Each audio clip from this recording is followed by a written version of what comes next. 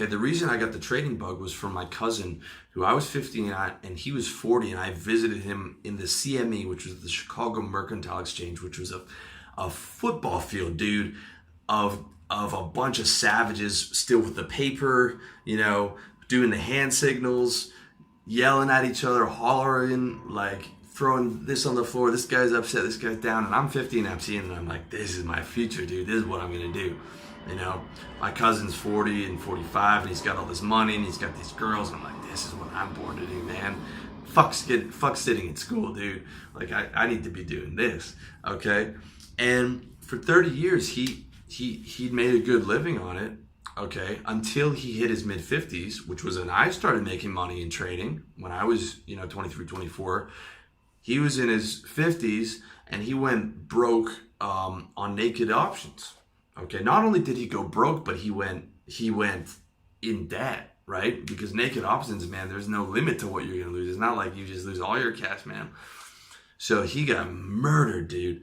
And everything that he worked for 30 years, 10 years away from retirement, gone, dude. Plus owing, okay? And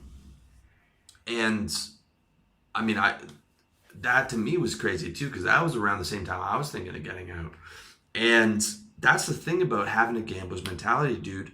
Your money is never safe, okay? It doesn't matter how much you make, right? Warren Buffett's money is very safe because everything he does is an investment decision. He won't even bet $10 on a game of golf, right? Not because he doesn't have the money, but because he has the mentality of never doing that, because he understands it. I have the same mentality too. I'll play cards with my friends, but I will never bet on anything, because I keep that door very solidly closed, and that's an important thing, okay? And your money's never safe no matter how much you win. You can be a poker pro for 10 years with a $15 million bankroll, and you can lose $5 million on one night at the Bellagio, or you can lose $10 million in a house game where you're playing with celebrities and billionaires, and you're over there thinking you're a shark, and you're there to clean house, and the billionaire knows you're a shark, but he knows your bankroll is 15 mil and his bankroll is $1 billion. So he's like, let me see if I can clean out this poker player for a bragging story. And he doesn't care about the 5 million, but you do, because that's a third of your net worth, and you can lose that, and then you can go on a run, and you can lose 10 mil, okay? They say that Tom Dwan and Phil Ivey went broke in 2014. You don't see guys like Chris Moneymaker winning titles anymore. Most of those guys, they went into, they took their money, realized that they had some good luck, and put it into businesses, or put it into poker training schools, which is how you really get rich in a gold rush. You don't get rich mining the gold, you get rich selling the panhandles to other guys mining the gold, okay? And that's the thing with gambling. A bad month, a bad week, or even a bad night could put you out of business at any time, okay?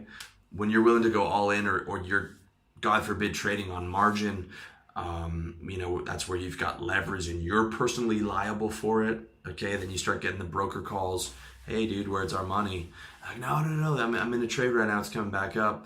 I mean, it's really serious. And like, your buddy might have made $5,000 on Forex last month or Bitcoin, and he wants you to start trading, dude. But tell him to come back when he's got a 20-year track record of success, right? When he's got a Warren Buffett track record or a George Soros track record, okay? Those are the two best in the world, and their average is 20% a year, okay? I'm getting 1,000% return on this business. The way you make real returns is you start a business, you start a high margin business, service business. I'm doing info products. I'm gonna do coaching. I mean, it's crazy returns. It's returns you can't get anywhere, and they're consistent. You can't get them in the stock market, because by the time the stock's gone public, those massive 10,000% returns that Microsoft was getting every year are gone. Okay, those have gone to the owners. You don't get huge returns in once something's actually gone public, okay? Like, tell him to come back with a 20-year record, because the thing about gambling, dude, is like, it's like the thing about the guy who's giving marriage advice, right? And he's been married for 2 years. Come back after 30 years once he's proven that he's had a consistently happy marriage with no cheating, all that. right? Like, I can give relationship advice, but I also say, like, you know, relationships are temporary. Maybe it will last you for the rest of your life. Maybe it won't. Here's some tactics to be happier. Okay. Like, it doesn't matter if he's made money for 3 months or it's all on the line at all times with gambling. Okay. It doesn't matter how much money you have. That's what you really need to understand. The people that get rich with the house, right? The casinos, which is the markets who are taking, you know, a piece of what you're getting. The E-Trades, who are, you know, super rich. The JP Morgans and Goldman Sachs market makers who are handling the orders for, you know, a little percentage. And the guy selling panhandles in a gold rush. The guy selling you the Forex systems or the Bitcoin trading systems, who should kill themselves because they're no one has a system and they're just complete con men. Please do not buy anyone's trading system under any reality. Okay, they're you know, these people are terrible human beings. Okay, so here's the thing though. Okay, sure, you think, Will, aren't you being a little overly dramatic? You know, bringing all this stuff up. And I get it, dude. Okay, you think, well, Will, what's the harm in rolling the dice on Forex or some Bitcoin to make a quick buck? All right, it's just gonna be a little bit of my money. The harm is that you don't know it, but you just stepped on a slippery slope. Okay, one that you're not prepared for. You just opened that door to get in that gambler's mentality just a little bit, dude. Okay, and that's a dangerous thing to do. Okay, you don't have a year of trader training where you have a set stop loss and your bosses scream at you for not punching out of losses, and it's just beaten into your head to punch out of losses. Okay, and even if you had that, I would see guys, once they got big enough, once the loss got big enough, they wouldn't punch out of it, including me.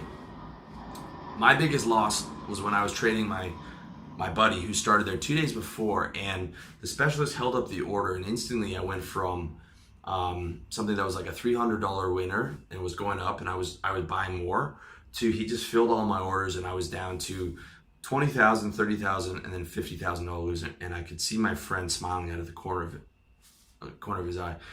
And the loser was so big and so fast that I literally closed my eyes and started praying. And when I opened my eyes, there was a $2,000. 2 minutes later, I opened my eyes, there was a $2,000 winner. And that was another game-changing move for me, because I realized, like, I'm the most disciplined guy in the office, and every small and mid-sized loser I punch out of and do follow exactly my strategy.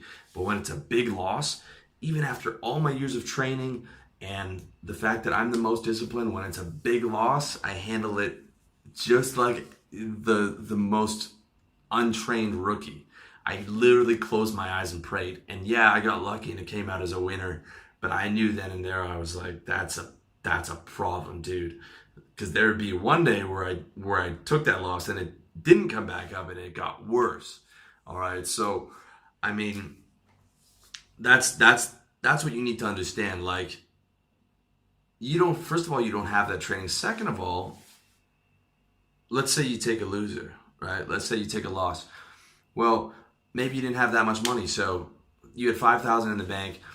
You lost $1,000 on Bitcoin or whatever. You can't afford that loss. That's your rent money. So maybe you had the discipline to punch out, but you're going to get back in there next month, right? Because now that bitch owes you money. Like Bitcoin, Citigroup, Forex took my money, dude. That's how guys would talk in the office. They'd be like, man, Exxon, that fucking bitch owes me money. Or like Verizon, you know, Verizon's a dirty fucking slut. That bitch owes me money. Like that was a mentality. Like, I'm getting my money back from that thing, right? Like, it's like a personal insult, dude. Okay, it's if you lost money. Even if you had a bunch of money around and you say you had $100,000 and you lost $1,000, that still stings, dude. That's like, you're gonna start thinking like, man, I could have bought you know, a 70-inch TV for that. It's gonna last me 10 years. All right, I could have done all these things, right? And it sticks with you. The other thing that can happen is, let's say you hit a winner, dude. So you throw $1,000 into Bitcoin, or you throw $1,000 into Forex, and you double up in 2 weeks, and you come out with another grand, you get 100% return. You're like, man, that was easy. That's all I had to do. Maybe you go back at it again, double up again, go back at it again. Whoa, now you start talking to your friends. Yo, dude, I just killing it on Bitcoin, dude. This is easy, right? And you're like, well, I can stop anytime. Dude, if you think you're gonna stop, if you think it's easy like that to stop, hell no, dude. When you're doubling up on your money like that, it's not easy to stop. It's like the guy who says he's only gonna do one steroid cycle. No one does one steroid cycle. When you go on cycle and you make more gains than you've ever made since your first year in training, you think you're gonna give that up, dude? No. Okay. Whether you win or lose, your first bet or your first trade is not gonna be your last trade. Okay. It's different if you're going into it with some type of systemized mentality, right? Like you've been watching chart patterns for a year, and you've been watching the S&P, and you've got some type of strategy, and your dollar cost averaging into an index fund, and you're only buying on uptick years, trying to get a little bit better than the 8% average that it returns. That's a different story. I'm talking about where you're just rolling the dice on Forex or Bitcoin or something like that. I mean, you've opened the door, okay? You don't realize it, but you've opened the door. And when the door's all the way open, you're gambling at it. And it's really easy to say that, no, it's not going to happen to me. But, dude, when you start, you haven't taken a loss. You haven't taken a real loss. And you don't know how painful that is and how much you want to get your money back. The same thing when you start taking those wins. And when you've opened that door a crack and you're starting to develop that gambler's mentality, I'm telling you, no amount of money is safe. Doesn't matter if you have 100 grand in the bank. It doesn't matter if you have a successful business. Doesn't matter how much you pull out of the market. All that can go back on any given day because you have the wrong mindset, dude. And that's why I'm telling you, like, don't even gamble on $10 on a golf game, okay? Don't even allow for that mentality at all.